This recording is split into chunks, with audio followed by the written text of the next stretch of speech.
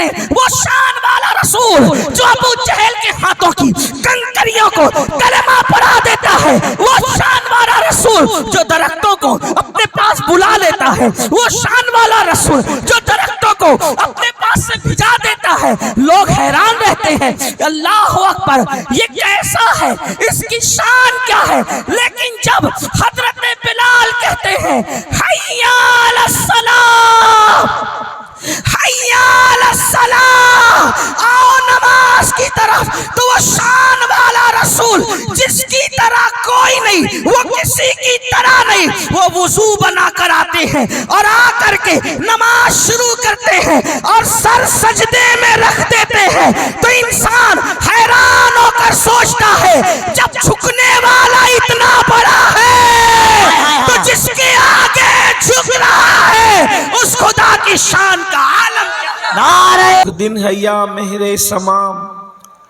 یہ بھی نہیں وہ بھی نہیں، شب زلف یا مشک ختام، یہ بھی نہیں وہ بھی نہیں، خورشید تھا کس زور پر، کیا بڑھ کے چمکا تھا قمر، بے پردہ جب وہ رخ ہوا، یہ بھی نہیں وہ بھی نہیں، بلبل نے گل ان کو کہا، قمری نے سروے جاں فضا، حیرت نے جھنجلا کر کہا، یہ بھی نہیں وہ بھی نہیں، دن لہو میں کھونا تجھے، شب صبح تک سونا تجھے، شرم نبی خوف خدا، یہ بھی نہیں وہ بھی نہیں، رزق خدا کھایا کیا، فرمان حق تالا کیا، شکر کرم ترس سزا، یہ بھی نہیں وہ بھی نہیں، اور ڈر تھا کہ عصیاں کی سزا اب ہوگی یا روز جزا، ڈر تھا کہ عصیاں کی سزا اب ہوگی یا روز جزا، دی ان کی رحمت نے صدا، یہ بھی نہیں وہ بھی نہیں۔ آج کی یہ خوبصورت سی محفل سرکار مدینہ صلی اللہ علیہ وآلہ وصحبہ وبارک وسلم کے فیوز و برکات کو لے کر عقائد اور اعمال کی اصلاح کے لیے انعقاد پذیر ہے۔ اللہ تبارک و تعالی آپ کی اور میری حاضری کو اپنی بارگاہ میں شرف قبولیت عطا فرمائے اور ہم سب کے لیے نجات کا ذریعہ بنائے۔ تھوڑی دیر آپ کی خدمت میں کچھ معروضات پیش کرنے ہیں اور میرے بعد انشاءاللہ دنیا سنیت کے عظیم خطیب ہمارے قائد ہمارے امیر قبلہ حضور امیر سنی دعوت اسلامی کا خطاب انشاءاللہ ہونا ہے۔ اس دنیا کے اندر انسان کچھ چیزیں چاہتا ہے، ایک تو وہ عزت چاہتا ہے اور ایک اچھا مکان اچھا ٹھکانہ چاہتا ہے۔ اگر کسی کو عزت مل گئی دنیا میں اور خوبصورت سا اچھا سا مکان مل گیا تو اس کو یوں لگتا ہے کہ میں کامیاب ہو گیا، حالانکہ یہاں کی عزت وہ بھی فانی ہے اور یہاں کا مکان بھی فانی ہے۔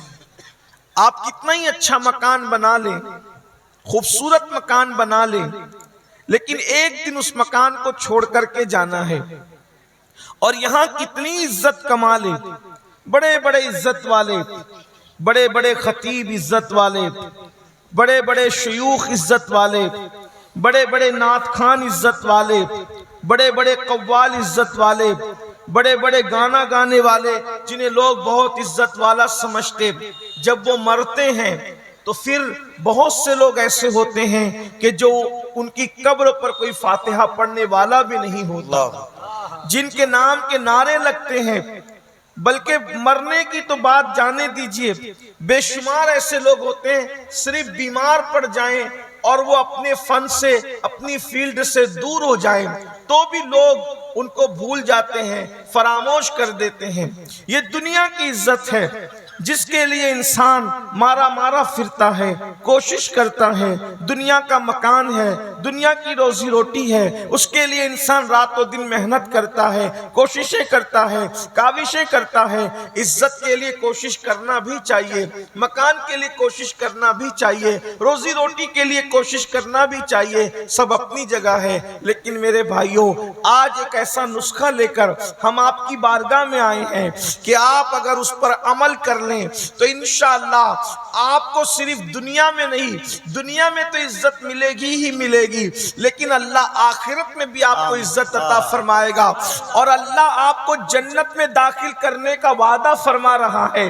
اس لیے کہ یہ نسخہ ہمارے اپنے گھر کا نہیں ہے، یہ نسخہ ہمارے اپنے اساتذہ کا نہیں ہے، بلکہ یہ نسخہ اللہ رب العزت کے قرآن میں موجود ہے۔ ہمیں کرنا کیا ہے؟ اللہ اکبر، ایک کام کرنا ہے، بس ایک کام کر لو۔ اللہ عزت کا وعدہ بھی کر رہا ہے، اللہ جنت کا وعدہ بھی کر رہا ہے۔ وہ کام کیا ہے؟ کتنا آسان ہے جنت میں جانا، کتنا آسان ہے جہنم سے بچ جانا، لیکن انسان اس کے باوجود بھی علم نہ ہونے کی وجہ سے غفلت کا شکار ہے۔ انسان جو ہے اللہ اکبر غفلت کا شکار ہو کر، دین سے دور ہو کر اپنے آپ کو تباہ اور برباد کر رہا ہے۔ جنت کیسے ملے گی؟ جنت میں کیسے جاؤ گے؟ ہمارے علماء اور مشائخ سے اسٹیج جو ہے وہ بھرا ہوا ہے۔ یہ لائٹ بند کر دیں تو مجھے تھوڑی آسانی ہو کہ ایک بار درود شریف پڑھیں آپ۔ اللہم صلی علی سیدنا۔ ایک آدمی آئیے گا کوئی، اور ایک آدمی آ کر کے بند کیجئے گا، لائٹ آپریٹر ایک آدمی۔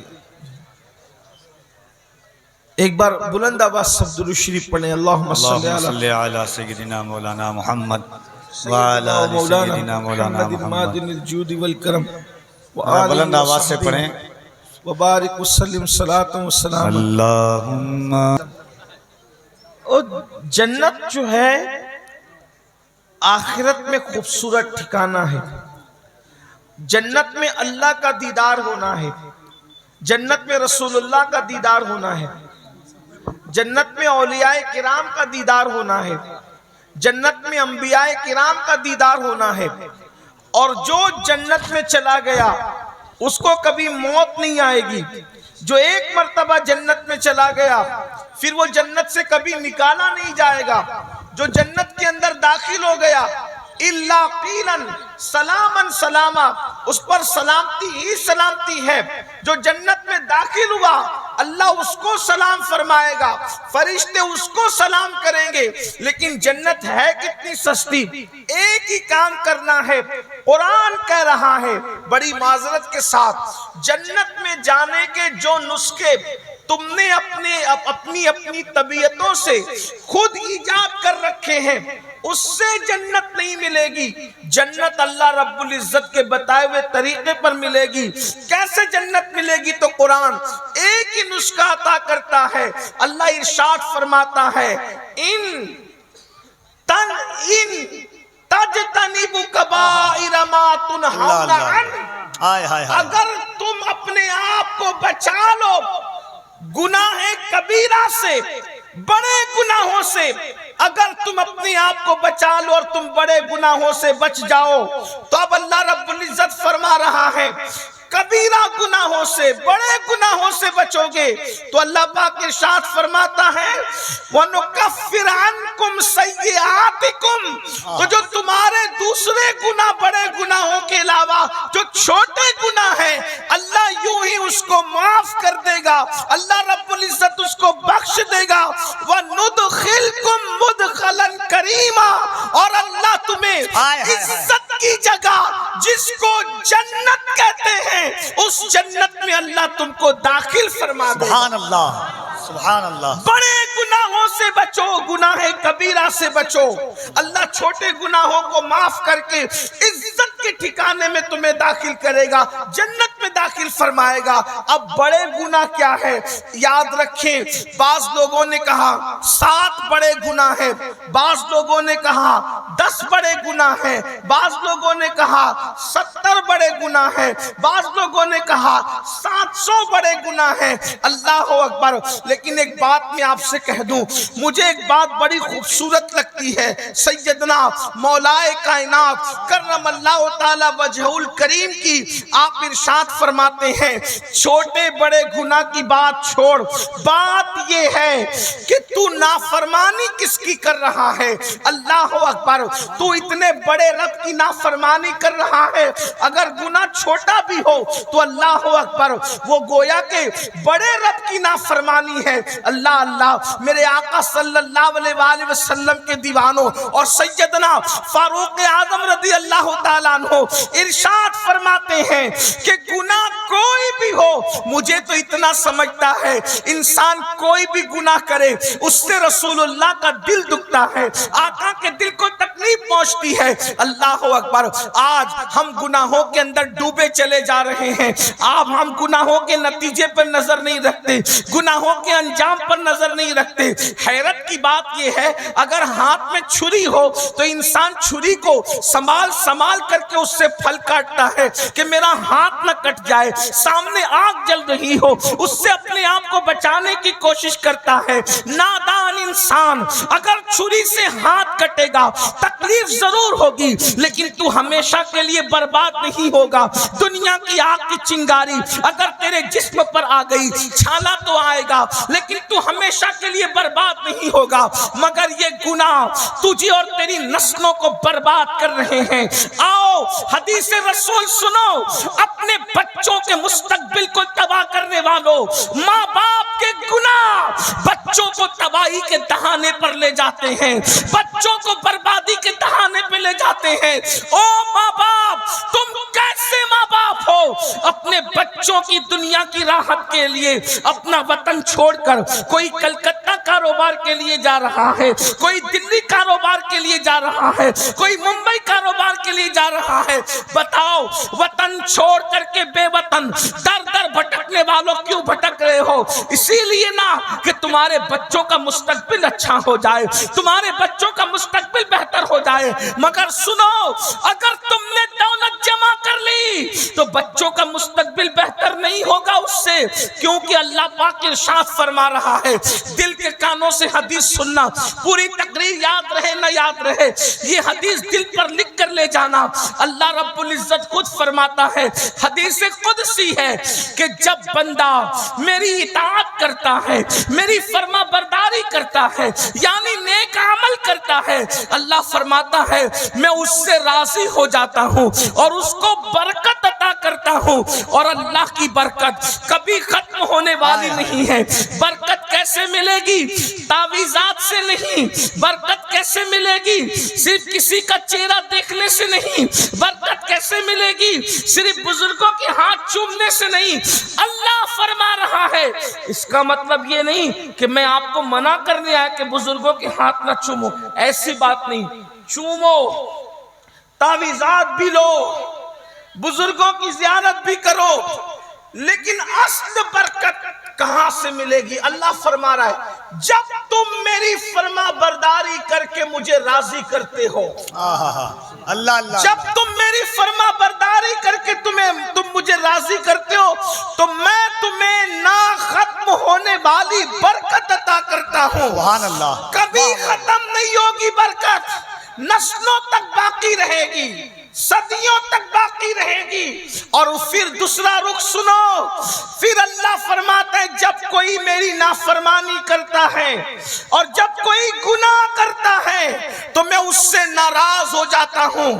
توجہ کرنا، اپنے بچوں کی شکل اپنے ذہن میں لاؤ، اپنے پوتا پوتیوں کی شکل اپنے ذہن میں لاؤ، اپنے نواسے نواسیوں کی شکل اپنے ذہن میں لاؤ۔ اللہ فرما رہا ہے، سچا خدا فرما رہا ہے جب تم میری نافرمانی کرتے ہو تو میں تم سے ناراض ہو جاتا ہوں اور پھر تم پہ لعنت کرتا ہوں، لعنت، اور وہ لعنت تمہاری 7 پشتوں تک باقی رہتی ہے۔ اللہ اکبر۔ پوچھو ان علماء سے لعنت کا مطلب کیا ہے؟ ایک عام آدمی کی لعنت تم پہ پڑ جائے تو تم اللہ کی رحمت سے دور ہو جاؤ، جب اللہ کی لعنت تم پہ پڑے گی اور تمہاری 7 پشتوں تک پڑے گی تو پھر تمہیں رحمت کیسے نصیب ہوگی؟ تم رحمت الہی کے مستحق کیسے ہوں گے؟ اللہ اکبر۔ پتہ چلا گناہوں سے 7 پشتوں تک لعنت پہنچتی ہے، 7 پشتیں برباد ہوتی ہے، 7 پشتیں تباہ ہوتی ہے۔ اے مسلمانوں، اسی لیے اللہ فرما رہا ہے گناہ کبیرہ سے بچو۔ اب گناہ کبیرہ کیا ہے؟ جتنی وقت میں گنجائش ہے، 1 گھنٹے کا وقت میرے پاس تھا جس میں سے 10-15 منٹ کا وقت جا چکا ہے، 40-45 منٹ کے ٹائم میں اب میں آپ کے سامنے جلدی جلدی گناہ کبیرہ کی فہرست پڑھتا ہوں۔ یہ گناہ کبیرہ کیا ہے تاکہ آپ ہم اس سے بچ سکیں۔ سب سے پہلے گناہ کبیرہ، اللہ اکبر، جو سب سے بڑا اکبر الکبائر ہے، یعنی سب سے بڑا گناہ ہے۔ ایسا گناہ، ہر گناہ بخش دیا جائے گا لیکن یہ گناہ نہیں بخشا جائے گا، اس کو شرک کہتے ہیں۔ شرک سے بچو۔ شرک کیا ہے؟ اللہ کے علاوہ، اللہ رب العزت کے علاوہ کسی اور کی عبادت کرنا، یہ شرک ہے۔ جو چیزیں اللہ کے لیے خاص ہے اس میں کسی کو شامل کرنا، یہ شرک ہے۔ شرک، اور شرک سارے کبیرہ گناہوں میں سب سے بڑا کبیرہ گناہ ہے۔ اللہ شرک کو معاف نہیں کرے گا۔ آج مسلمانوں کا حال کیا ہو گیا ہے؟ معاذ اللہ، بہت سارے مسلمان بت خانوں کی طرف بھی بڑھتے ہیں۔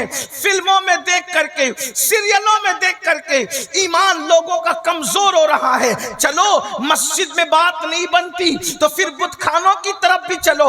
یاد رکھنا مسلمانوں، اچھی طرح یاد رکھنا، تمہارے اور میرے اللہ کے علاوہ کسی کی طاقت نہیں، کسی کی قوت نہیں، کسی کی شان و شوکت نہیں۔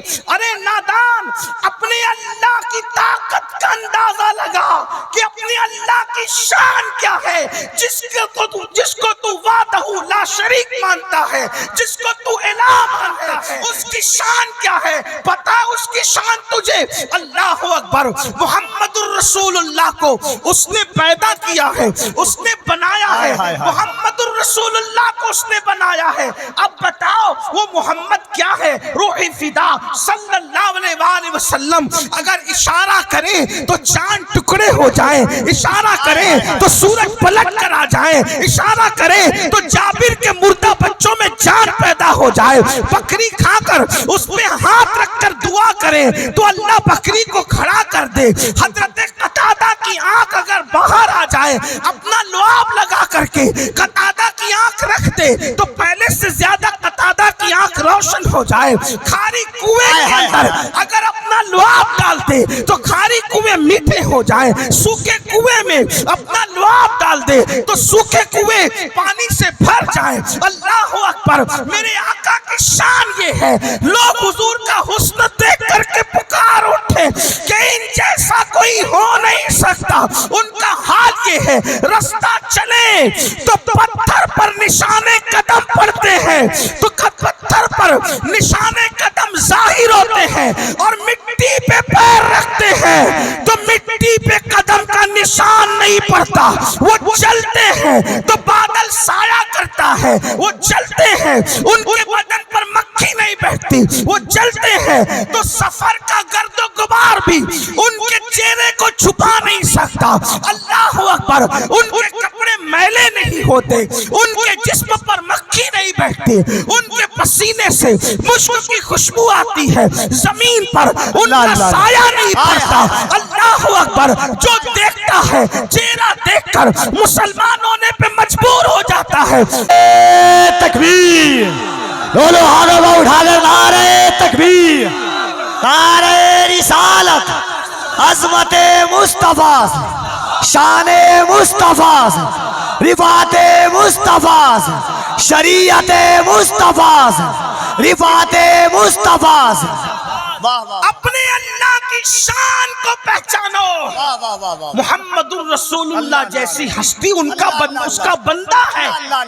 جب بندے کی مثال نہیں ہے ہائے ہائے ہائے تو اس کو بنانے والے کی مثال کیسے ہو سکتی؟ اللہ اس کو تم رب مانتے ہو، اس رب کو چھوڑ کر کوئی بت خانے کی طرف جا رہا ہے، اللہ کوئی پتھروں کی طرف جا رہا ہے، کوئی پتھر کی مورت کی طرف جا رہا ہے، وہ جو اپنے ناک پر بیٹھی ہوئی مکھی کو نہیں ہٹا سکتے، ان کے دروازے پہ جا کر کے بھیک مانگتے ہو اس اللہ کا در چھوڑ کر، وہ اللہ جو مردہ انڈے سے زندہ مرغی کو پیدا کرتا ہے، وہ اللہ جو ہوائیں چلاتا ہے، وہ اللہ جو آسمان سے پانی برساتا ہے، وہ اللہ جو روزانہ سورج نکالتا ہے اور چند گھنٹوں کے اندر مشرق سے سورج کو نکال کر مغرب کے اندر غروب کر دیتا ہے، ہماری زمین سے کئی 100 درجہ بڑا وہ سورج ہے، نہ اس میں کوئی رسی ہے نہ کوئی تار ہے، کون اس کو کھینچتا ہے، کون اس کو سمیٹتا ہے، اور وہ سورج جاتا کہاں ہے؟ دن آتا ہے تو رات کہاں جاتی ہے، رات آتی تو دن کہاں چلا جاتا ہے، جو روزانہ ستاروں کی انجمن کو سجاتا ہے اور صبح ہوتے ہوتے ستاروں کی انجمن ختم ہو جاتی ہے، جو روزانہ چاند کو نکالتا ہے، کبھی سوچا پہلی رات کا چاند کتنا باریک ہوتا ہے اور 14ویں رات کا چاند کیسا چمکدار بدر کامل ہوتا ہے؟ یہ چاند کو گھٹانے بڑھانے والا کون ہے؟ اسی کو رب محمد اللہ کہتے ہیں، اللہ اکبر۔ اس لیے شرک کی طرف نہ جاؤ، شرک سے بچو۔ بے شک بے شک آج کل کچھ سیاسی لیڈر بے شک آپ کو آدھا تیتر آدھا بٹیر کی طرف لے جانا چاہتے ہیں صحیح بات۔ اور پھر سے اکبر کے اس ملحدانہ نظریات کی طرف تمہیں صحیح پابند بنانا چاہتے ہیں اور کہتے ہیں حالات خراب ہے، یہ بھی چلے گا وہ بھی چلے گا۔ یاد رکھو دین صرف دین ہے، اسلام صرف اسلام ہے، ایمان صرف ایمان ہے، ایمان اور کفر کے بیچ میں کوئی راستہ نہیں ہے۔ جو بیچ کا راستہ نکالے گا وہ خود کفر کی موت مرے گا۔ اس لیے اللہ کے بندو مصیبت میں رہو، بیماری میں رہو، تکلیف میں رہو، بتوں کے دروازوں پر نہ جاؤ، مشرکین کے دروازے پر نہ جاؤ، بلکہ یہ کہہ دو اگر زندگی لکھی ہے تو روڈ کے کنارے بھی زندہ رہو گے، اور اگر موت لکھی ہے تو قرآن کہتا ہے اینما تکونوا یدرککم الموت ولو کنتم فی بروج مشیدہ۔ اگر تم مضبوط قلعے میں جا کر چھپو گے تب بھی تمہیں موت وہاں آ کر کے رہے گی۔ یاد رکھنا اللہ پر یقین مضبوط کرو۔ پہلا سب سے بڑا گناہ شرک، شرک سے بچ، اور جو چیزیں شرک کی طرف لے جاتی، مولانا وہ پتھر دو جس سے میری روزی میں اضافہ ہو، وہ پتھر دو جس سے میری روزی کے راستے کھلے، وہ پتھر میں نے انگوٹھی میں پہننا ہے جس سے میرا رشتہ آئے، پسند کی شادی ہو جائے۔ پاگل ہوئے ہو؟ پتھر روزی دیں گے؟ وہ کعبے پہ سجے ہوئے پتھر پہ ایمان رکھتے تھے ابو جہل اور ابو لہب، بے شک بے شک اور تم انگوٹھی میں سجے ہوئے پتھر پہ ایمان لے آئے۔ جو پتھروں پہ ایمان رکھتے ہیں ان کی قسمت میں پتھر ہے۔ پتھر زینت کے لیے پہنے جاتے ہیں، پتھر تقدیر بدلنے کے لیے نہیں پہنے جاتے۔ واہ واہ واہ واہ واہ واہ واہ واہ واہ واہ، تقدیر کون بدلتا ہے؟ کیا بات ہے حضرت، تقدیر اللہ بدلتا ہے، بے شک یا تو اللہ کے دوست بدلتے ہیں۔ اقبال جیسے نے کہا تھا نگاہ ولی میں وہ تاثیر دیکھی، بدلتی ہزاروں کی تقدیر دیکھی۔ واہ واہ سبحان اللہ۔ پتھر کی مورت ہماری تقدیر نہیں بدل سکتے، جو اپنے ناک پہ بیٹھی ہوئی مکھی نہیں ہٹا سکتے۔ دنیا آج سیریل اور فلموں کے ذریعے سے بتانا چاہتی ہے کہ پتھروں کی طاقت بڑی، پتھروں کی طاقت نہیں، پتھروں کو پیدا کرنے والے خدا کی طاقت بڑی۔ اس لیے شرک کی طرف نہ جاؤ، شرک سے بچو۔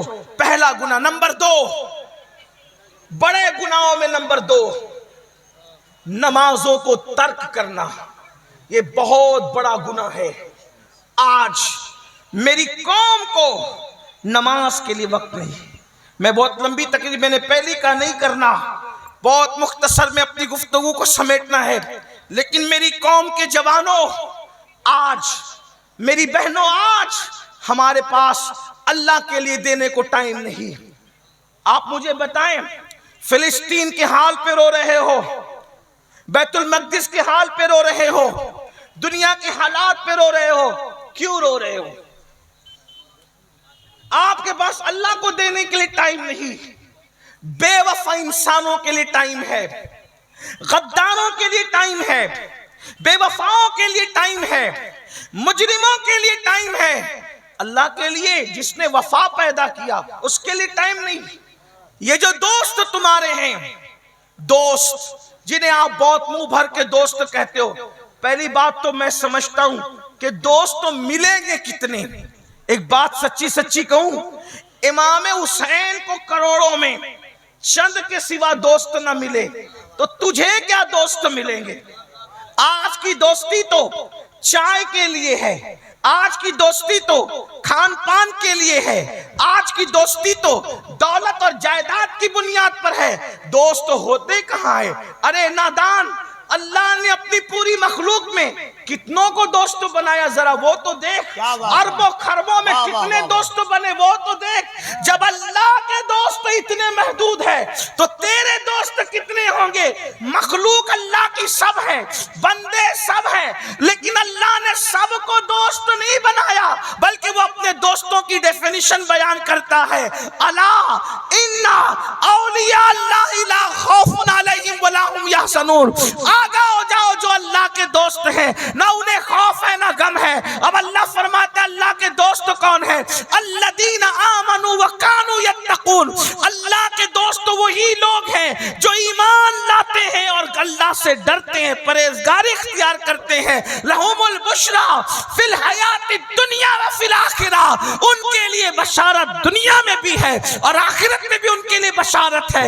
ہر انسان اللہ کا دوست نہیں ہوتا. جب ہر انسان اللہ کا دوست نہیں ہوتا, نادان, جب سب اللہ کے دوست نہ بن سکے تو سب تیرے دوست کیسے بن سکتے ہیں؟ یہ جو دوست تیرے ہیں, میں یہ نہیں کہتا میرے بھائی کی نفرت کر, لیکن مرے گا تو یہ تیری مٹی دینے کے لیے بھی نہیں آئیں گے, تجھے قبرستان پہنچانے تک بھی نہیں آئیں گے. جن کے ساتھ تو رات رات بھر بیٹھتا ہے, جن کے لیے تو قسمیں کھاتا ہے, جن کے لیے کیا کیا کرتا ہے, اور اللہ کے لیے تیرے پاس ٹائم نہیں. بہت سادگی سے مسلمان کہتا ہے مولانا نماز کے لیے ٹائم نہیں, اور نماز کا عنوان چھیڑو تو لوگ ادھر ادھر ہونے کی کوشش کرتے ہیں. سن لو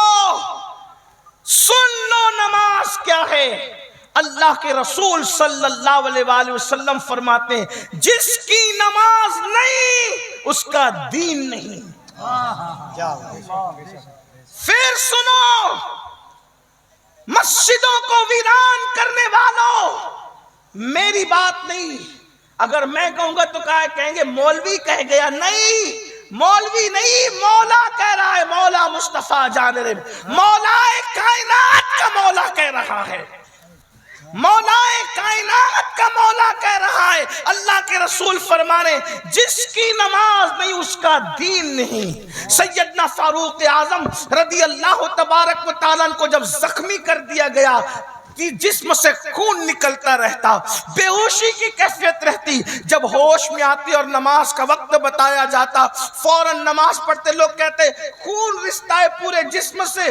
آپ فرماتے ہیں میں نے اللہ کے رسول سے سنا کہ جس نے نماز چھوڑ دی دین میں اس کا کوئی حصہ نہیں ہے. اللہ کے رسول علیہ السلام نے ارشاد فرمایا جو نماز جان بوجھ کر چھوڑ دیتا ہے اللہ کی پناہ سے وہ باہر نکل جاتا ہے, اللہ کی امان سے وہ باہر نکل جاتا ہے, اللہ کے ذمہ کرم سے وہ باہر نکل جاتا ہے. اور میرے آقا فرماتے ہیں جس نے فجر کی نماز ادا کی وہ شام تک کے اللہ کے ذمہ کرم پر رہتا ہے, اللہ کی کرم کی چادر میں رہتا ہے. یاد رکھنا میرے بھائیوں, اپنی طاقت اور قوت پر غرور کرنے والوں, اپنی قوت پر ناز کرنے والوں, اپنی جوانی پر گھمنڈ کرنے والوں, اپنی دولت پر گھمنڈ کرنے پڑھنے والوں، کسی انسان میں اتنی طاقت نہیں ہے کہ وہ اللہ کے عذاب کو برداشت کر سکے، خدا کے عذاب کو برداشت کر سکے۔ نادان، اگر اللہ صرف تیرے سر میں درد دے دے تو تو سر کا درد برداشت نہیں کر سکتا۔ اللہ تیری کمر کی نس دبا دے تو تو چلنے پھرنے سے محتاج ہو جائے گا۔ اللہ کسی پر وہ دن نہ لائے، سوچ تو صحیح، اگر اللہ نس دبا دے تو تو بیٹھ کر کے بلکہ بیٹھ بھی نہیں سکتا، بستر پہ پڑا ہو جائے۔ سر کا درد اللہ تجھے دے دے تو تو تڑپتا ہو جائے۔ ذرا سوچ، جب اللہ صرف ہلکا سا اتنا سا درد دے دے تو تو اس کو برداشت نہیں کر سکتا، تو وہ جہنم کا عذاب، وہ جہنم کے دہتے ہوئے شعلے۔ اللہ اکبر، یہ کہانی قصہ نہیں، یہ حقائق ہے، حقائق۔ اپنی بہنوں کی بھی توجہ چاہتا ہوں، میری ماں اور بہنوں، کچن روم میں گرمی کے موسم میں تم بے چین ہوتی ہو، بے قرار ہوتی ہو، تڑپ جاتی ہو۔ ذرا سوچو تو صحیح، اللہ کے سچے نبی مصطفیٰ کریم رؤوف الرحیم صلی اللہ علیہ وآلہ وسلم نے امت پر شفقت کرتے ہوئے ارشاد فرمایا، اے لوگو، آقا نے ارشاد فرمایا، اے میرے امتیوں، اے میرا کلمہ پڑھنے والوں، اللہ اکبر، جہنم کے اندر جو بچھو ہے وہ اونٹوں کی طرح ہے، بختی اونٹوں کی طرح۔ اللہ کے رسول علیہ السلام فرماتے ہیں جب وہ بے نمازی کو ڈسیں گے تو 40 سال تک کے زہر ان کے جسم کے اندر گردش کرتا رہے گا۔ اللہ اکبر، اللہ۔ جہنمی سانپ جن کی لمبائی 70 سال کا فاصلہ ہے، اللہ کے سچے نبی فرماتے ہیں، اگر یہ حدیث میں نہیں ہوتا تو میں بیان کرنے کا حوصلہ ہی نہیں کرتا۔ اللہ کے رسول نے فرمایا 70 سال لمبائی ان کا جو ہے وہ ان کا عرض ہے، ان کی لمبائی ہے۔ 70 سال میں جتنا گھوڑا دوڑا سکتا ہے انسان، تیز رفتار گھوڑا، ایسے لمبے لمبے سانپ ہے۔ آقا ارشاد فرماتے ہیں صلی اللہ علیہ وآلہ وسلم، جب وہ بے نمازی کو ڈنک ماریں گے تو 1000 سال تک کے زہر ان کے جسم میں گھومے گا اور ان کی ہڈیاں ٹوٹ ٹوٹ کر کے بکھر جائے گی۔ اللہ کے رسول صلی اللہ علیہ وآلہ وسلم فرماتے ہیں، میرے کریم آقا غیب داں نبی ارشاد فرماتے ہیں، اللہ اکبر، وہاں حالت یہ ہوگی انسان نہ جی سکے گا نہ مر سکے گا۔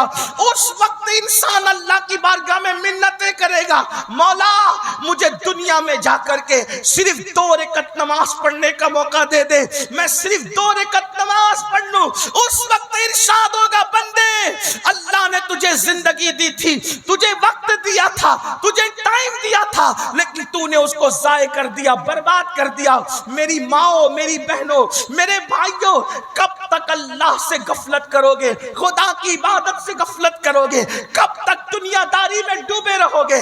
تم نے ہزاروں جنازے اٹھتے ہوئے دیکھے، تم نے ہزاروں کو قبروں میں جاتے ہوئے دیکھا، اللہ اللہ، پردھان جی کو مرتے دیکھا، دادا جی کو مرتے دیکھا، علماء کو مرتے دیکھا، خطبہ کو مرتے دیکھا، نیکوں کو مرتے دیکھا، پاپیوں کو مرتے دیکھا۔ ذرا سوچو تو صحیح، جو بلڈنگوں میں رہے ان کو مرتے دیکھا، مضبوط عمارتوں میں رہے ان کو مرتے دیکھا، جن کو لوگ سیٹ صاحب کہتے تھے، مخجران قوم ملت کہتے تھے، ان کو مرتے دیکھا۔ ارے پتہ نہیں کہاں تک سچ ہے۔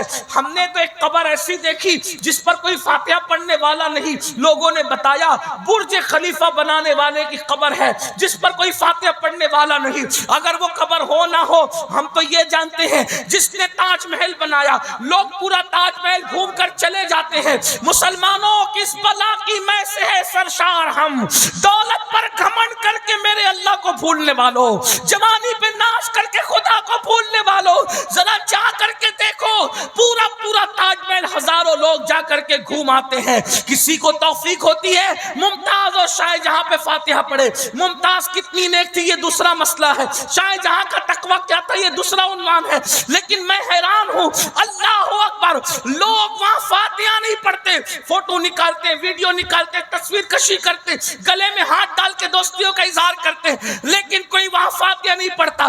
جس نے تاج محل بنائی اس کی قبر پر کوئی فاتحہ پڑھنے والا نہیں، اور جس کا کوئی محل کیا جھوپڑا بھی نہیں تھا، اس غریب نواز کے مزار پہ ہزاروں کا مجمع ٹھاٹے مارتا نظر آ رہا ہے۔ لوگ فاتحہ پڑھنے کے لیے بے چین ہے، کیا پتا چلا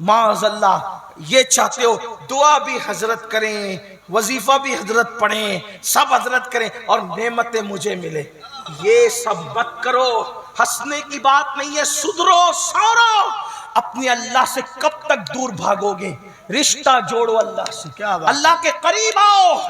اور یاد رکھنا سب سے دوستی کرنا مشکل ہے, رب سے دوستی کرنا بہت آسان ہے. یہ میرے عزیز بھائی مولانا کفیل انبر صاحب اچھے بہترین ناظم ہیں. ہاتھ ملانا مشکل ہے, ہاتھ ملانا مشکل ہے نا ان سے. یہ علماء کرام ان کے قریب آنا مشکل ہے, اپنے جیسے انسان ہے نا. ہاں یہ مولانا بیٹھے ہوئے ہمارے ساتھ ممبئی سے, حافظ صاحب ہمارے بڑے مخلص ہیں. آپ قریب آنا چاہیں تو کتنا مشکل, پہلے کفیل بھائی کے گھر کا پتہ, فون نمبر, یہ وہ کیا کیا کریں. لیکن اگر اللہ سے ملنا ہو تو اللہ سے بات کرنا کتنا آسان کر دیا حضور نے تمہارے لیے. وضو کرو, وضو کرو اچھے سے, نماز کے لیے کھڑے ہو جاؤ, اور جب تم تلاوت کرنا شروع کر دیے سمجھ لو تمہاری گفتگو اللہ سے شروع. سبحان اللہ, سبحان اللہ. ہاتھ اٹھا کے تم نے دعا شروع کر دی, اللہ سے تمہاری مناجات اور گفتگو عرض و معروف شروع ہو گیا. آنسو بہنے لگے, کرم متوجہ ہو گئے. بتائے اللہ کیسے متوجہ ہوتا ہے؟ کفیل بھائی کو, مولانا کو, پیر صاحب کو کہا حضرت ادھر دیکھیں نا, حضرت ادھر دیکھیں نا, حضرت ادھر دیکھیں نا. حضرت کی توجہ میں کسی کو ٹارگٹ نہیں کر رہا ہوں, صرف آپ کو اللہ کی طرف بلانا چاہتا ہوں. غلطی ہو تو معاف کر دینا, لیکن میری نیت کسی کو ذلیل کرنا نہیں. لیکن یہ بات کو حضرت کی توجہ کبھی مالدار کی طرف ہے, حضرت کی توجہ کبھی سیٹ صاحب کی طرف, اس کی طرف, اس کی طرف. آپ کا نسب دیکھ رہے ہیں, یہ دیکھ رہے ہیں, وہ دیکھ رہے ہیں. لیکن اللہ کو متوجہ کرنے کے لیے صرف آپ کی آنکھ سے آنسو بہنا شروع ہوئے, اللہ کی رحمت کہتی ہے. ایک بار بندہ کہتا ہے یا اللہ, 3 مرتبہ اللہ کی رحمت کہتی ہے لبیک یا عبدی, لبیک یا عبدی, لبیک یا عبدی. میرے بندے میں حاضر ہوں, میرے بندے میں حاضر ہوں, میرے بندے میں حاضر ہوں. مانگ تو صحیح, تجھے چاہیے کیا چاہیے, مانگ تو صحیح. اللہ اکبر. نہ امیر دیکھتے ہیں, نہ غریب دیکھتے ہیں, نہ چھوٹا دیکھتے ہیں, نہ بڑا دیکھتے ہیں, نہ شرابی دیکھتے ہیں, نہ جواری دیکھتے ہیں, نہ کبابی دیکھتے ہیں, کچھ نہیں. صرف کوئی پکار کر تو دیکھے, ایک بار پکار کر تو دیکھو. ایک بات بتاؤں, بہت اچھی بات یاد آئی. ایک شخص بہت پریشان ہوا, مصیبت میں گرفتار ہوا, تکلیف میں مبتلا ہوا. سوچو چلو اپنی بگڑی بنانے کے لیے یہاں گیا وہاں گیا, عیسائیوں کے عبادت خانے میں, یہودیوں کے عبادت خانے میں, مشرکوں کے عبادت خانے میں, اور سب کے طریقے پہ ان کے معبود کو پکارا, کوئی جواب نہ آیا. لیکن جب مسلمانوں کی عبادت خانے کی طرف آیا تو کہا کیسے پکاروں, تو کہا بول یا اللہ. جیسے کہا یا اللہ آواز آئی لبیک لبیک لبیک یا عبدی. فرشتوں نے کہا اتنا بڑا پاپی تھا لیکن پھر پکارا تو اتنی 3 مرتبہ جواب دیتے ہیں. تو جواب آیا, اگر میں نہ جواب دوں تو جھوٹے اور سچے خدا میں فرق کیا رہ جائے گا. نعرہ تکبیر, نعرہ رسالت, عظمت خداوندی. آؤ اپنے اللہ سے رشتہ جوڑو, قریب آؤ اللہ. اور سجدہ سب سے بہترین طریقہ ہے. کوئی یہ کہتے مجھے تو کچھ نہیں آتا, میں نے کہا وہاں کچھ آنا بھی نہیں دیکھا جاتا, وہاں تو دل کی کیفیتیں دیکھ. ان اللہ لا ينظر الى صورکم والى اموالکم ولکن ينظر الى قلوبکم. نہ وہ تمہارے چہرے دیکھتا ہے, نہ تمہارا مال دیکھتا ہے, وہ تو تمہارا دل دیکھا کرتا ہے. بندے تو پکار کر تو دیکھ, تو نے آج تک اس کو پکارا نہیں. پکار دل سے پکار, یقین سے پکار. بات غریب نواز کی چل رہی تھی. ایک بات ہے کفیل بھائی, وہ کرامت پر لوگوں کو بڑا اعتراض ہے. غریب نواز کی کرامت پہ لوگ ہنستے ہیں. اس پر اورنگزیب غریب نواز کی بارگاہ میں آئے. توجہ آپ کی, آپ کو میری بات سر پہ سے تو نہیں جا رہی ہے نا. ویسے میں بھی دیہاتی آدمی ہوں, تو دیہاتی لوگوں کو دیہاتی کی بات کچھ سمجھ میں آ سکتی ہے. میں کوئی پڑھا لکھا آدمی نہیں, علماء کی جوتیاں سیدھی کرنے والا بندہ, دیہاتی آدمی. لیکن آپ کو اگر بات سمجھ میں آ رہی ہو تو آپ میری طرف متوجہ رہے. اورنگزیب مزار پر گئے, غریب نواز کے مزار پر. اس کا مطلب یہ ہے کہ 1857 سے پہلے بادشاہ بھی مزار والا تھا اور رعایا بھی مزار والی تھی. کیا بات ہے حضرت. 1857 کے بعد نظریات بدلے. پھر یہ ہوا کہ جو تخت پر بیٹھے پھر وہ بھی باغی تھے اور کچھ لوگ بھی باغی پیدا ہو گئے, انہوں نے باغی پیدا کر دی. پھر مزار کو مٹی کا ڈھیر کرنا شروع کیا. بہرحال اللہ گنوان ہے. تو اورنگزیب نے وہاں دیکھا کہ وہاں کچھ اندھے بیٹھے ہیں, کون بیٹھے؟ اندھے. اور اندھے بیٹھے ہوئے اور وہ کہتے خواجہ آنکھ دے دے آنکھ دے دے آنکھ دے. سرکار اورنگزیب عالمگیر نے ان اندھوں کو غریب نواز سے آنکھ مانگتے دیکھا تو ان اندھوں کو دھمکی دی کہ میں فاتحہ پڑھنے جا رہا ہوں, اگر میرے فاتحہ پڑھنے تک تمہیں آنکھ نہیں ملی تو میں تم سب کو قتل کر دوں گا. اے اورنگزیب یہ تیرا دستور ہمیں سمجھ میں نہیں آیا. آنکھ مانگتے خواجہ سے تو دھمکی تجھے جس سے مانگ رہے اس کو دینا چاہیے, مانگنے والوں کا کیا قصور ہے؟ بات سمجھ میں آتی ہے؟ جی جی حضور. لیکن دھمکی کس کو دے رہے جس کا کوئی قصور ہی بظاہر نظر نہیں آتا؟ بظاہر کہہ رہا ہوں, بات سمجھانے کے لیے کہہ رہا ہوں, لیکن بات ہے. دھمکی کس کو دی؟ اورنگزیب نے اندھوں کو دی. اور گئے فاتحہ پڑھنے واپس آئے, جو برسوں سے بیٹھ کے آنکھ مانگ رہے تھے نہیں مل رہی تھی, آج مل گئی آنکھ. دھمکی اندھوں کو دی اور آنکھ خواجہ غریب نواز نے دے دی.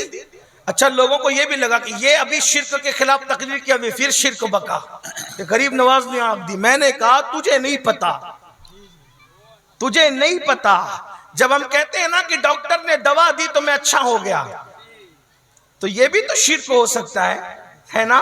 ہو سکتا ہے کہ نہیں ہو سکتا ہے؟ ہو سکتا ہے, لیکن تم جیسے خپتیوں کی نظر میں ہو سکتا ہے اور ہم جیسے توحیدیوں کی نظر میں نہیں ہو سکتا. کیوں؟ وجہ یہ ہے کہ جب کوئی یہ کہتا ہے کہ میں عبدالحمید ڈاکٹر کی دوا سے اچھا ہوا, تو ہمیں پتا ہوتا ہے کہ وہ مسلمان کے کہنے کا مطلب یہ ہے ڈاکٹر نے دوا دی, وہ سبب بنا, لیکن اچھا کس نے کیا؟ اللہ نے کیا. یہ بات ہوتی ہے. تو جب ڈاکٹر کی دوا اثر دکھا سکتی ہے تو غریب نواز کی دعا اثر نہیں دکھا سکتی. کیا بات ہے, اللہ. تو ڈاکٹر کی دوا کی برکت سے جب ہم ڈاکٹر کا نام لیتے تو غریب نواز کی دعا کی وجہ سے غریب نواز کا نام نہیں لے سکتے؟ بالکل لے سکتے. بات سمجھ آتی ہے؟ یہ بات ہے. اور حضرت عارف رومی کہتے ہیں کہ عبداللہ کی زبان سے جو نکلتا ہے اس کو اللہ پورا کر دیتا ہے. تو گویا کہ عبداللہ کی بات اللہ ہی کی بات ہوتی ہے. یہ بات ہے کہ نہیں ہے؟ ٹھیک ہے. اب کیا ہوا؟ بات جو تھی اورنگزیب کی دھمکی تھی اندھوں کو, اور آنکھ کس نے دی؟ غریب نواز نے. یا غریب نواز دھمکی اندھوں کو ملی, آپ نے آنکھ کیوں دے دی؟ تو بات فلسفہ یہ سمجھ میں آیا کہ وہ اندھے جو تھے نا وہ کام چور تھے, کیونکہ غریب نواز کے لنگر بٹ رہا تھا, کھاتے تھے, مزہ کرتے تھے, ادھر ادھر دیکھ کے کہتے تھے آنکھ دے دے خواجہ, آنکھ دے دے خواجہ, دل سے نہیں مانگتے تھے. بات سمجھ میں آئی؟ تو پھر جب اورنگزیب نے کہا اگر تم کو آنکھ نہیں ملی تو تمہیں مار ڈالوں گا, قتل کر دوں گا, تو جب جان پہ بنائی نا, اب ادھر ادھر دیکھ کے نہیں, پورے یقین سے کہا اب تو جان جائے گی, آنکھ دے دے. تو جس دن یقین سے مانگا اس دن غریب نواز نے ان کو عطا فرمایا. نعرہ تکبیر, نعرہ رسالت. بات یہ ہے. اور پھر پکارنے والا پکار اٹھا, اعلیٰ حضرت کا تربیت یافتہ استاد زمن حضرت مولانا حسن خواجہ ہند, وہ دربار اعلیٰ تیرا کبھی محروم نہیں مانگنے والا تیرا. واہ واہ واہ واہ. تو یقین سے مانگو, یقین مضبوط کرو, ہو نہ ملے گا مطلب ملے گا. اللہ کی چوکھٹ سے اپنا رشتہ مضبوط کرو, سجدے کے بغیر نہیں ہو سکتا. اگر آپ یہ سوچتے ہیں کہ میں نماز چھوڑ کر کے اللہ سے یہ اپنا رشتہ مضبوط کر لوں گا تو نہیں ہو سکتا. مضبوط پہلے سجدے کی طرف آؤ, اللہ کے گھر کی طرف آؤ. اور ایک بات میری یاد رکھنا, اپنے مسائل کا حل کل بھی اللہ کی چوکھٹ پہ تھا اور آج بھی اللہ کی چوکھٹ پہ. جڑو اللہ سے. 10 منٹ کا ٹائم لگتا ہے, صرف 10 منٹ کا ٹائم, اور اگر نہیں نکالو گے 10 منٹ کا ٹائم تو پھر وہ عذاب ہے, وہ عذاب. سوچو تو صحیح, اللہ کے رسول فرمانے اتنا لمبا سانپ ہے 70 سال کی مسافت تک, 1000 سال تک کہ اس کا زہر ہڈیاں گھلے گی, ہڈیاں ٹوٹے گی, بکھرے گی, نہ جی سکے گا نہ مر سکے گا. اور اس سے بڑی بات, اللہ اکبر, آقا فرماتے بے نمازی کو قیامت تک ڈسیں گے وہ سانپ, سکون نہیں ملے گا, کہیں چین نہیں ملے گا. دنیا کی زندگی تو چند دن کی ہے, چند لمحوں کی, چند ساتھ کی ہے. تو اللہ کے بندے توبہ کرو, نمازی بنو. تیسرا بڑا گناہ, گناہ کبیرہ, ماں باپ کی نافرمانی, ماں باپ کو ستانا, اب میں نے اس کو نماز کے بعد اس لیے بیان کیا کہ کچھ لوگ نماز پڑھتے ہیں لیکن ماں باپ کا خیال نہیں کرتے. تو پتہ ہے جو نماز پڑھے اور ماں باپ کا دل دکھائے اس کی نماز بھی قبول نہیں ہوتی.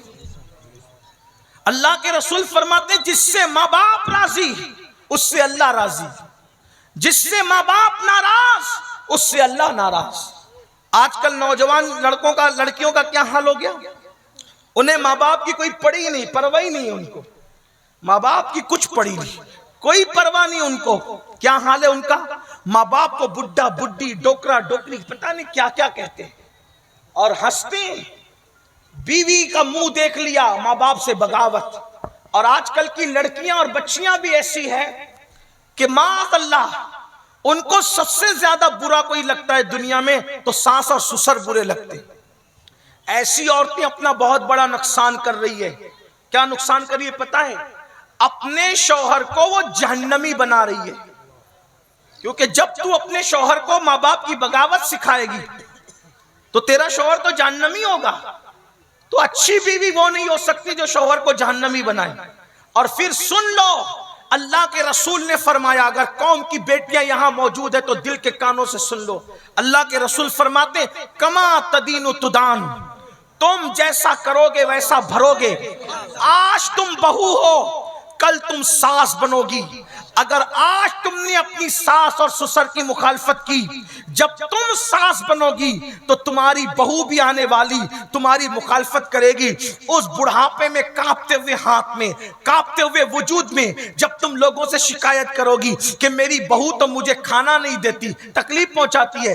میں نے کوئی ایسی عورت نہیں دیکھا جس نے ساس کی خدمت کی اور اس کی بہو اس سے بغاوت کر رہی ہو. جس نے ساس کی خدمت کی اور اس کی بہو سے ایسی کوئی عورت میں نے نہیں دیکھا. ہمیشہ بہویں اس وقت بغاوت کرتی ہے جب تم اپنی ساس سے بغاوت کرتی، کیونکہ یہ اللہ کا قانون ہے. اللہ کا قانون ہے. اللہ اکبر. تم اگر کسی کو اذیت دو گے تکلیف دو گے تو تمہارے آنے والے اس سے زیادہ تمہیں تکلیف دیں گے. یہ کوئی انصاف ہے کہ تمہارے ساس سسر نے جو تمہاری ساس ہے جب تم کو لایا تو کتنے اہتمام سے لایا. میں تو کہتا ہوں یار ساس سے جتنی محبت ہونی چاہیے اس سے اتنی کسی سے نہیں ہونی چاہیے. جتنا سسر سے ہونا چاہیے اس سے کتنی. تو کہا وہ کیوں؟ میں نے کہا ذرا سوچ، جب تیری ساس سسر نے تجھے اپنے گھر لائے تو اتنے اہتمام سے لائے کہ اپنے پیر کو بھی اتنی شان سے اپنے گھر نہیں لاتے. جب تجھے لانا ہوا تو منڈپ لگایا، شامیانہ لگایا، اتنا کھانا کیا، اتنا نکاح کا اہتمام کیا، ایسی بارات نکالی، شان سے لایا تجھے گھر. اور جو اپنے گھر میں اتنی شان سے تجھے لائے تو اسی کو اپنے گھر سے نکال دے. یہ ظلم نہیں ہے؟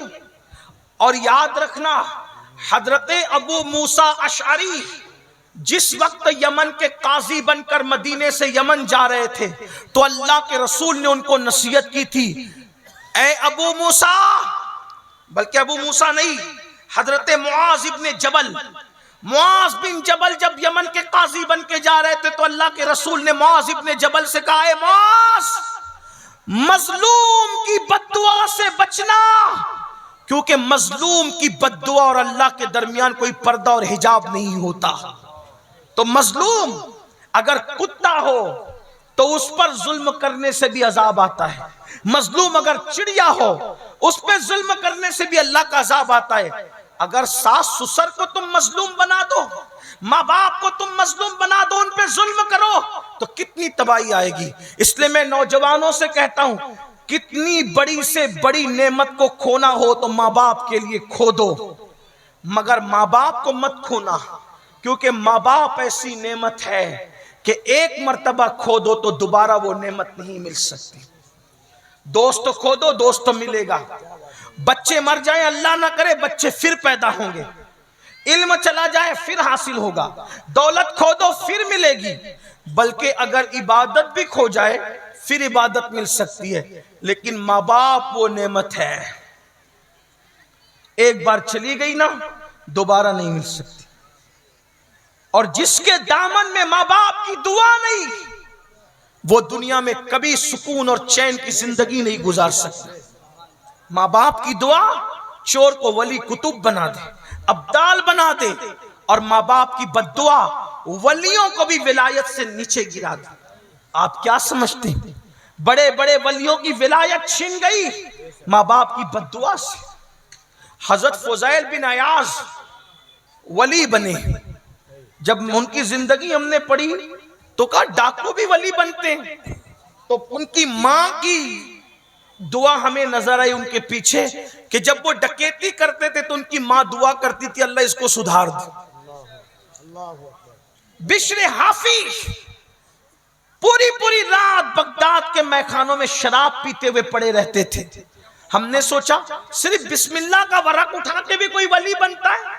آج بھی تو لوگ بسم اللہ کے اوراق اٹھاتے ہیں، ولی کیوں نہیں بنتے؟ تو پتا چلا جب وہ میخانے میں ہوتے تھے تو بشر کی ماں ہاتھ اٹھا کے دعا کرتی تھی اللہ میرے بیٹے کو سدھار دے، اس کو سنوار دے۔ حضرت اویس قرنی کے پاس اللہ کے رسول نے فاروق اعظم کو کہا کہ میرے اویس سے کہنا کہ میری امت کے لیے دعا کرے۔ میں کہتا ہوں جانے دعا جس سے دعا کروائے، اویس کو یہ مقام ملا کیسے؟ تو آقا نے فرمایا اس کی ماں کی دعا نے اس کو اس مقام پر پہنچا۔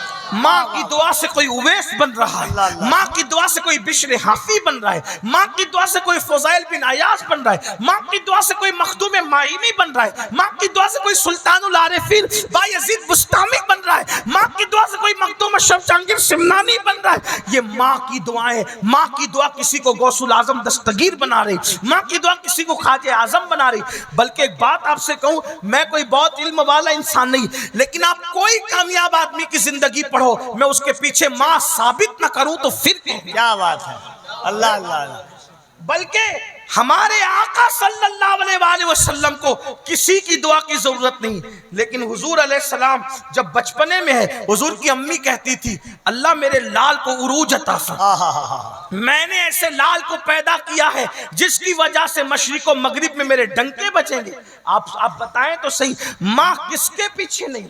ماں کی دعا، حالانکہ کچھ ہستیاں ایسے جن کو کسی کی دعا کی ضرورت نہیں ہے، لیکن بہرحال کہیں نہ کہیں ماں کی دعائیں آپ کو جلوہ افروز نظر آئے گی۔ میرے آقا علیہ السلام کے دیوانوں، آج کوئی ممبئی کمانے جا رہا ہے، کلکتہ جا رہا ہے، سعودی جا رہا ہے، بیوی کو فون کریں گے، بچوں کو فون کریں گے، ساس سسر کو فون کریں گے، بوڑھے ماں باپ انتظار میں ہوں گے میرے بیٹے کا فون تو آئے۔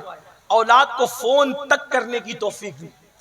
اسی لیے میں ایک سوچتا ہوں یا اللہ جو اولاد جیتے جی ماں باپ کی دریافت نہ کرے، ماں باپ کا حال دریافت نہ کرے، ماں باپ کا مزاج دریافت نہ کرے، وہ مرنے کے بعد ان کے لیے مغفرت کی دعا کیا کریں؟ ایک سچی بات کہہ دوں، سنیوں کی مجمع میں جب یہ بات کہتا ہوں تو بہت برا لگتا ہے میرے سنی بھائیوں کو، اور مجھے تو ملتا ہی سنیوں کا مجمع، الحمدللہ میں وہ خوش نصیب ہوں کہ اہل منبر بھی سارے سنی ہوتے اور سننے والے بھی سارے سنی ہوتے ہے نا۔ ابھی جب آئیں گے علماء، جائیں گے علماء، تو آپ دھکم دھکی ریل پیل اور ایک دوسرے پہ گر پڑو گے۔ کیوں؟ حضرت کے ہاتھ چومو، حضرت کے، میں کہتا ہوں حضرت کے ہاتھ چومو، بعد میں پہلے اپنے ماں باپ کے ہاتھ چومو۔ ماں باپ کو ترساتے ہو، ماں باپ کو تڑپاتے ہو، یہاں جلسے میں تقریر اچھی لگتی ہے تو پیسہ دیتے ہو، نذرانہ دیتے ہو، نعت سنتے ہو تو نذرانہ دیتے ہو، نظامت اچھی لگتی ہے تو نذرانہ دیتے ہو، اور گھر سے اس حالت میں آتے ہو کہ ماں نے کہا بیٹا دواخانہ جانا ہے، ذرا پیسے چاہیے، تو کیا کہتے بس سب تمہیں کو دے دے، تمہیں بھی خرچہ کریں اور کوئی خرچہ نہ کریں۔ ماں باپ سے اپنی دولت چھپانے والوں، یہاں کیا دیتے ہو؟ یہاں کیا دیتے ہو؟ کیا ریاکاریوں کے دروازے کھول رکھیں؟ میں یہ نہیں کہتا کہ ہر دینے والا ریاکاری کرتا ہے، لیکن یاد رکھنا ماں باپ کو تڑپا کے اور ترسا کے یہاں نذرانہ دینے والوں، تمہارے نذرانے تمہارے منہ پہ مار دیے جائیں گے۔ ماں باپ کو گالی دے کر پیروں کے ہاتھ چومنے والوں، تمہارا ہاتھ چومنا کام نہیں آئے گا۔ ماں باپ کو گالیاں دے کر بزرگوں کی چادریں چومنے والوں، تم کو چادریں چومنا کام نہیں آئے گا۔ مجھے بعد میں کتنی گالیاں دینا ہے دے لینا، لیکن یہ سچائی ہے، پہلے ماں باپ کو چومو۔ ماں باپ پہلے تمہارے مرشد ہے، ہم لوگوں سے پہلے تمہارے مرشد تمہارے ماں باپ ہے، کیونکہ ہمیں دیکھو گے کیا ملے گا نہیں ملے گا مجھے نہیں پتا، میں علماء کرام کی توجہ چاہتا ہوں۔ ہمیں دیکھو گے، آپ تائید کرو گے تو بولوں گا ورنہ میں اپنی بات واپس لے لوں گا۔ ہمیں دیکھو گے، آپ کو ثواب ملے گا نہیں ملے گا کوئی گارنٹی نہیں، وجہ اللہ کے رسول نے فرمایا عالم کو دیکھنا عبادت ہے. تو ضروری ہے کہ امین القادری کو لوگ علامہ کہہ رہے ہیں, کفیل بھائی علامہ کہہ رہے ہیں, تو اللہ بھی اس کو عالم میں شمار کر لے؟ کوئی ضروری ہے؟ کوئی ضروری ہے؟ یہی تو بات ہے نا, عالم سے مصافحہ کرو تو حضور سے مصافحہ کرنے کا ثواب ملے. کوئی ضروری ہے امین القادری کوئی علامہ کہہ رہا ہے محبت میں تو اللہ بھی اس کو عالم شمار کرے؟ یہ ضروری ہے نہیں. لیکن ماں باپ کے لیے گارنٹی ہے, ان کے چہرے کو محبت سے دیکھو گے تو اللہ تمہیں مقبول حج کا ثواب عطا فرمائے. تو ڈاؤٹ فل ثواب کے چکر میں پڑتے ہو, اور یقینی کنفرم جو ثواب ہے اس سے پیچھا چھڑا رہے ہو. میں آپ کو علماء سے بدزن کرنے نہیں آیا, واللہ میری نیت پر آپ شک نہ کریں. آپ ہر عالم کی عزت کریں, اس سے پہلے اپنے ماں باپ کی عزت کریں. اپنے علماء کی قدر کریں, اس سے پہلے اپنے ماں باپ کی. جو ماں باپ کا نہیں ہوتا وہ کسی کا نہیں ہوتا. اور یاد رکھنا, ان کی باتیں ان کے منہ پہ ماری جائے. سرکار غریب نواز کا نام خوب لیتے ہو نا, غریب نواز خود فرماتے ہیں, وہ کہتے ہیں میں نے حدیث پڑھی اپنے نانا کی کہ قیامت کے دن ایک بندہ ہوگا جس کا نام اعمال پہاڑوں جیسی نیکیوں سے بھرا ہوگا. وہ پہاڑوں جیسی نیکیاں لے کر آئے گا. سن لو میرے بھائیوں, غور سے سن لو, میرے نوجوانوں غور سے سن لو. آج تمہیں ٹائم نہیں ہے ماں باپ کے پاس بیٹھنے کے لیے. ماں باپ انتظار کرتے.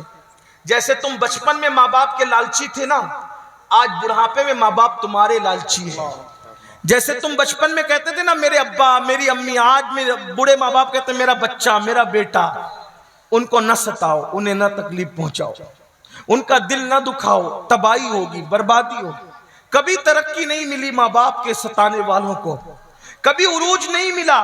چند دن کا عروج ہوگا, پھر ہمیشہ کی تباہی ہوگی. یہ مت سمجھنا کہ ہم کچھ اور دیکھ رہے ہیں. یاد رکھیے اللہ کی لاٹھی میں آواز نہیں ہے, کہنے والے ایسا کہتے ہیں.